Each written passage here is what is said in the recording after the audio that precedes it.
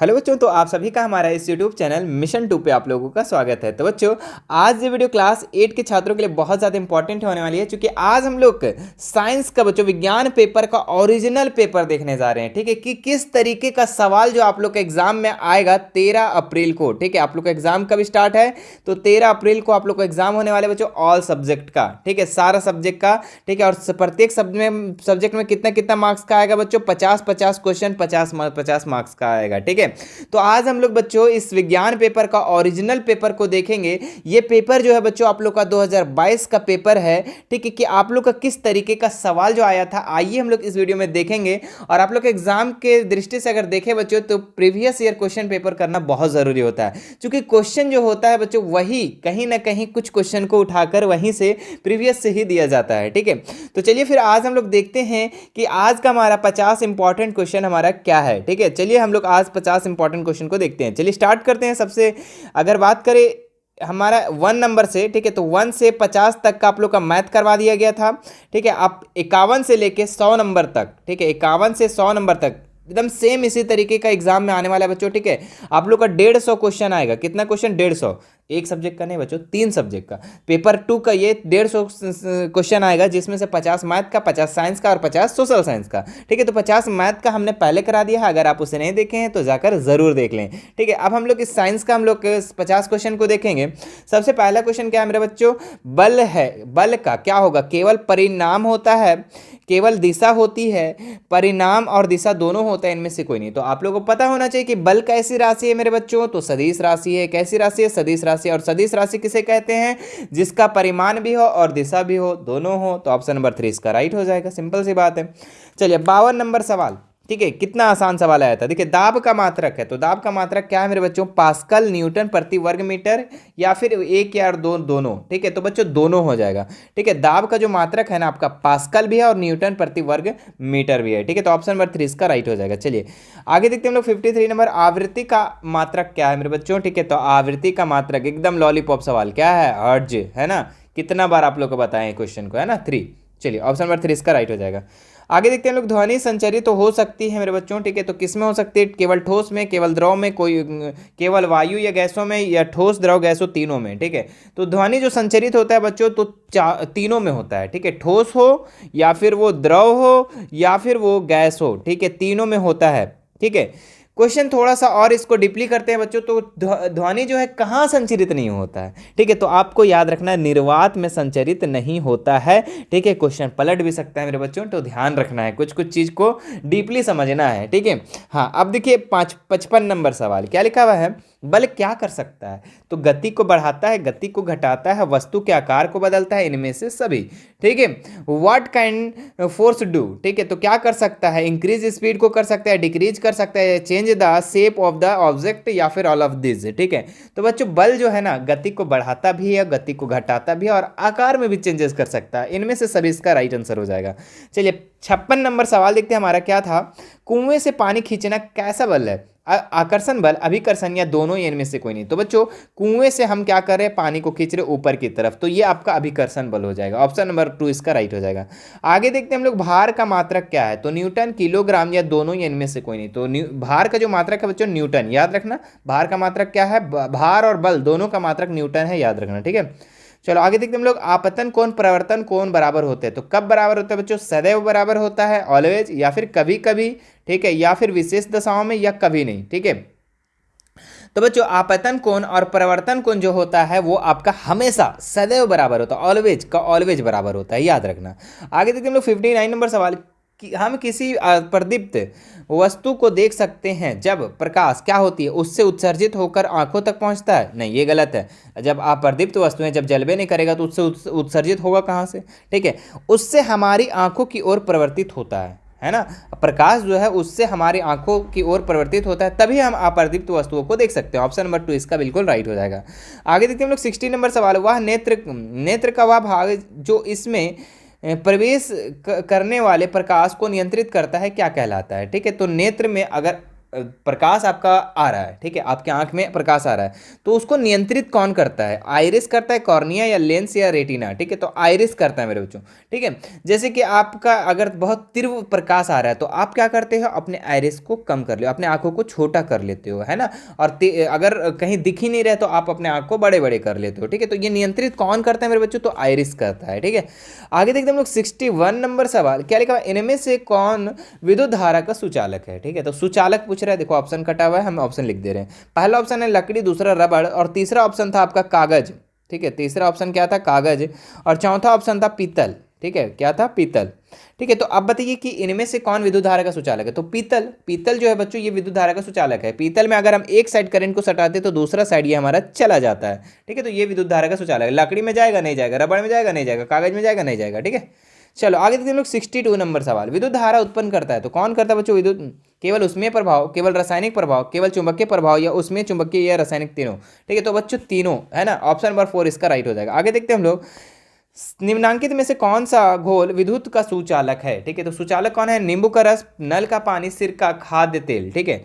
तो बच्चों जो कौन सा जो घोल है जो आपका विद्युत का सुचालक है? तो बच्चों नींबू का रस जो है ना ये आपका विद्युत का सुचालक, क्यों? क्योंकि नींबू अगर हम कोई भी चीज़ में हम अम्ल को मिला देते हैं, नींबू को मिला देते हैं, या कोई भी खट्टे पदार्थ को मिलाते हैं तो H+ आयन की मात्रा बढ़ जाती है, जिसके कारण उसका जो चालन है, विद्युत का चालन, वो तेज हो जाती है। तो ऑप्शन नंबर 1 इसका राइट हो जाएगा। आगे देखते हैं हम लोग 64 नंबर सवाल, निम्नांकित में से कौन सा विद्युत का कुचालक है, ठीक है। तो कौन विद्युत का कुचालक है? यानी कि एक साइड करंट सटाओ दूसरा साइड करंट नहीं पहुंचता है, तो तांबा, तांबा में तो पहुंच जाएगा बच्चों, करंट मार देगा। लोहा, लोहा भी हो जाएगा। एल्युमिनियम, ये भी हो जाएगा। रबड़, रबड़ जो है बच्चों इसमें विद्युत का सुचालक नहीं है, ये विद्युत का कुचालक है। अगर एक साइड सटाते हम करंट दूसरा साइड हमारा नहीं पहुंचता है, सिंपल सी बात है।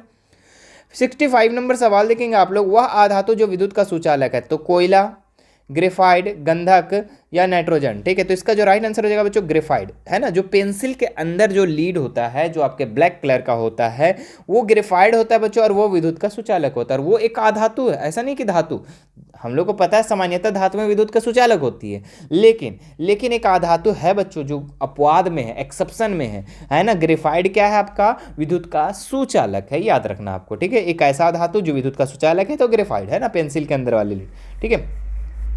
आगे देखते हैं 66 नंबर सवाल, निम्नलिखित में कौन सा धातु सबसे अधिक अभिक्रियाशील धातु है, ठीक है। तो सोना, सोडियम, मैग्नीशियम, चांदी, ठीक है। तो बच्चों आपको याद रखना है सबसे अधिक अभिक्रियाशील जो धातु है बच्चों यहाँ सोडियम है, ठीक है। अगर यहाँ पे ऑप्शन नहीं होता तो सबसे जो अधिक अभिक्रियाशील धातु है वो आपका पोटेशियम है। क्या है? पोटेशियम, ठीक है, पोटेशियम याद रखना, पोटेशियम सबसे अधिक अभिक्रियाशील धातु है। एक लाइनिंग दिया हुआ बच्चों, ठीक है, पोटेशियम के बाद सोडियम, फिर कौन कौन, इस तरीके से एक लाइनिंग दिया हुआ है कि सबसे अधिक अभिक्रियाशील धातु पोटेशियम, फिर सोडियम, फिर ये दिस दैट, है ना। तो ऑप्शन नंबर 2 इसका राइट हो जाएगा। इसमें से बताना है आपको, निम्नलिखित में से बताना है ना। आगे देखिए, एक ईंधन नहीं है तो मृदा, CNG, LPG, बायोगैस, तो सब है बच्चों ईंधन, ठीक है, सब ईंधन का काम कर रहा है, लेकिन मिट्टी जो है ये ईंधन नहीं है ना। आगे देखते हैं हम लोग 8 नंबर सवाल, जंगल में आग लगना किस मौसम में जल्दी लगती है, ठीक है। तो किस मौसम में जंगल में आग लग जाता है बच्चों? तो सर्द, ग्रीष्म, मानसून, वर्षा, ठीक है। तो गर्मी के मौसम में बच्चों जल्दी ही आग लग जाती है। आगे देखते हैं हम लोग, दहन के लिए आवश्यक है ना, कोई भी चीज़ को जलने के लिए क्या चीज़ आवश्यक है? नाइट्रोजन, ऑक्सीजन, कार्बन डाइऑक्साइड, इनमें से सभी। तो ऑक्सीजन का होना बहुत जरूरी है बच्चों दहन के लिए, है ना। आगे देखते हैं द्वितीय प्रदूषक क्या है? Carbon dioxide, sulphur dioxide, nitrogen dioxide, या फिर सल्फर एवं नाइट्रोजन के अम्ल। तो बच्चों इसका जो राइट आंसर हो जाएगा ऑप्शन नंबर 4, ठीक है। चलिए आगे बढ़ते हैं हम लोग, आदर्श ईंधन के गुण नहीं है, ठीक है। तो सस्ता, महंगा, सहज उपलब्ध, इनमें से कोई नहीं। तो आदर्श ईंधन उसी को बोलते हैं बच्चों जो सस्ता मिल जाए, जो अच्छा जले, जो अच्छा चले, है ना, उसको हम लोग आदर्श ईंधन कहेंगे। लेकिन यहाँ पे जो महंगा है ये इसका गुण नहीं है। आदर्श ईंधन का गुण है महंगा नहीं, महंगा नहीं होना चाहिए, वो क्या होना चाहिए? सस्ता होना चाहिए और तुरंत अवेलेबल होना चाहिए, सहज उपलब्ध हो जाना चाहिए और अच्छा से जलना चाहिए, है ना, उसको हम लोग आदर्श ईंधन कहते हैं।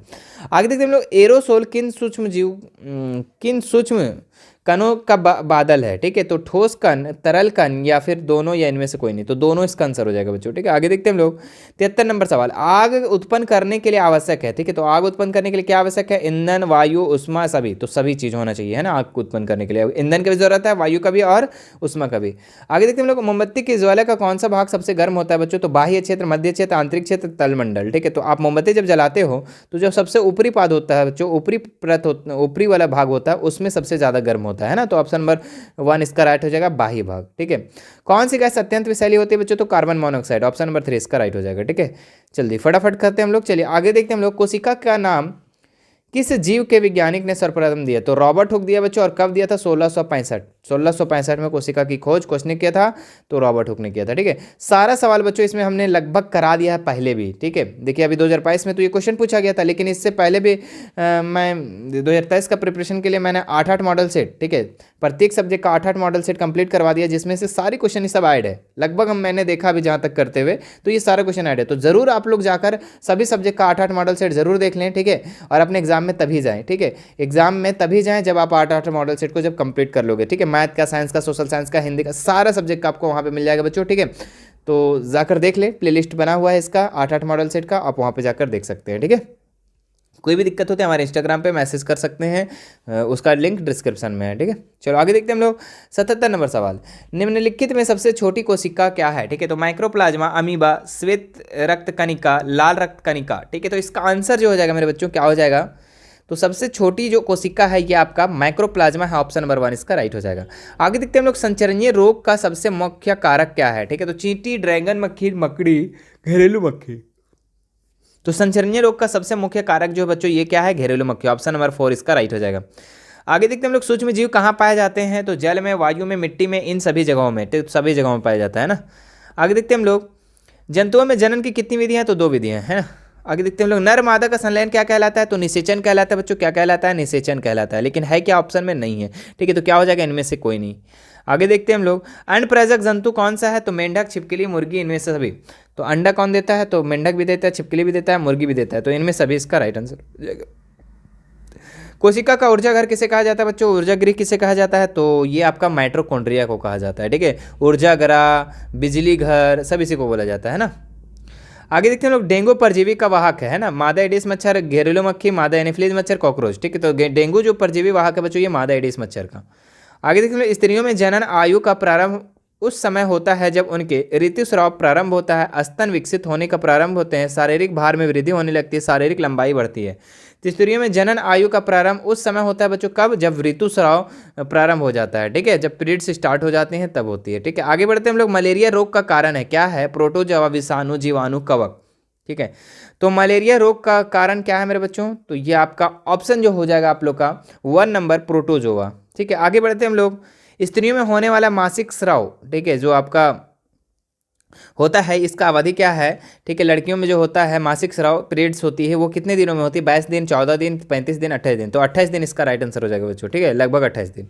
आगे देखते हैं हम लोग, पादप कोशिकाओं का सबसे बाहरी आवरण कहलाता है, क्या कहलाता है, कोशिका झिल्ली, कोशिका भित्ति, टोनोप्लास्ट, अंत्र प्रदव जालिका। ठीक है, तो पादप कोशिका सबसे बाहरी आवरण कोशिका भित्ति कहलाता है मेरे बच्चों, याद रखना।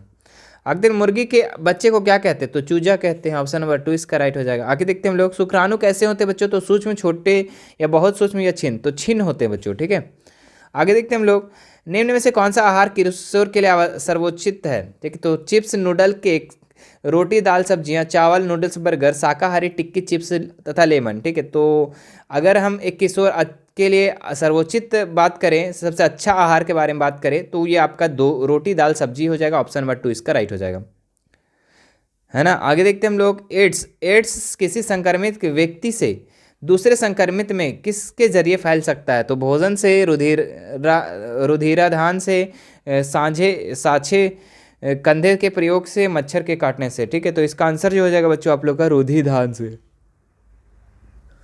आगे सवाल देखते हैं हम लोग, आगे क्या है हमारा, निम्न में से कौन सा प्रतिजैविक है, तो ऑप्शन है sodium bicarbonate, streptomycin, alcohol, east. ठीक है, तो इसका जो आंसर हो जाएगा बच्चों स्ट्रेप्टोमाइसिन। ठीक है, ऑप्शन नंबर 2 इसका राइट हो जाएगा। ठीक है, एंटीबायोटिक।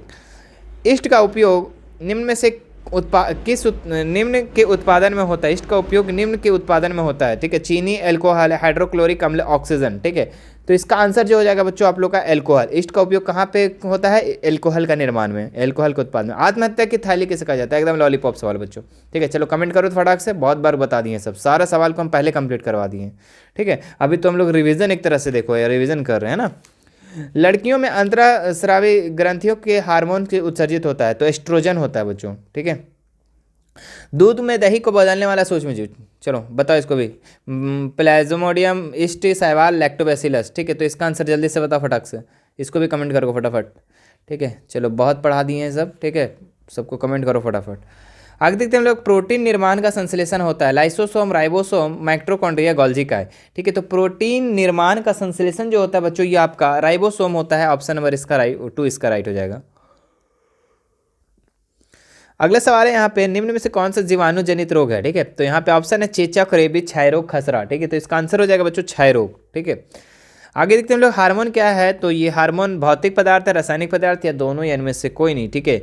तो हार्मोन जो है बच्चों ये रासायनिक पदार्थ है। ऑप्शन नंबर 2 इसका बिल्कुल राइट हो जाएगा, ठीक है। तो ये था मेरे बच्चों 50 सवाल, ठीक है, जो आप लोग का 2022 वाले एग्जाम में पूछा गया था, ठीक है। और ये 2023 का इसमें से कुछ क्वेश्चन आने के चांसेस हैं, ठीक है। तो आप ज़रूर इन सभी को आप एक बार बढ़िया से रिपीट कर लेंगे, बढ़िया से रिवीजन कर लेंगे, ठीक है। और बच्चों मैंने आप लोग का तैयारी के लिए 2023 की तैयारी के लिए 8 मॉडल सेट कंप्लीट करवाया है, ठीक है, प्रत्येक सब्जेक्ट का। तो वो ज़रूर जाकर कर लें, ठीक है। और दूसरा काम है बच्चों कि आपका 2023 का जो मॉडल पेपर ऑफिशियल की तरफ से जो आया है, ठीक है, उसमें आपका सेट 1 और सेट 2 हम 2 चीज़ को करवा दिए हैं, ठीक है। तो वो भी आप ज़रूर जाकर देख लें, ठीक है। देखो तैयारी कैसे करना है एक बार हम बता देते हैं, ठीक है। सबसे पहले आपको क्या करना है, जो 2023 में जो मॉडल पेपर जारी हुआ है, ठीक है, जो 2023 में मॉडल पेपर जारी हुआ है, ठीक है, वो उसका लिंक जो है आपको डिस्क्रिप्शन में मिल जाएगा, या फिर आप प्लेलिस्ट में चेक कर सकते हैं। कोशिश करना है प्लेलिस्ट में जाके चेक करना, वहाँ पे बहुत क्लियर में आपको पता चल जाएगा। 2023 का जो मॉडल सेट जारी हुआ है, सबका एक एक मॉडल सेट, और हमने मॉडल मिशन 2 की तरफ से आप लोग एक मॉडल सेट, यानी कि 2 मॉडल सेट आप यहाँ से कंप्लीट कर लेना। पहला काम ये हो गया। दूसरा काम क्या करना, जो मिशन 2 8 मॉडल सेट आप लोग को कंप्लीट करवाया है, वो आपको कंप्लीट कर लेना। उसके बाद जो आप लोग का इंपॉर्टेंट क्वेश्चन दिया जा रहा है, तो चैनल पर बने रहेंगे, आपको इंपॉर्टेंट क्वेश्चन देते रहेंगे, आप लोग रिविजन करते रहेंगे, ठीक है। और अपने एग्जाम को बेहतर बनाएंगे और A+ लाने का प्रयास करेंगे, ठीक है। चलिए फिर मिलते हैं मेरे बच्चे नेक्स्ट वीडियो में। कोई भी दिक्कत होने पे आप हमारे इंस्टाग्राम, टेलीग्राम, व्हाट्सएप में आप हमें मैसेज कर सकते हैं, ठीक है। चलिए फिर मिलते हैं नेक्स्ट वीडियो में। Thank you so much.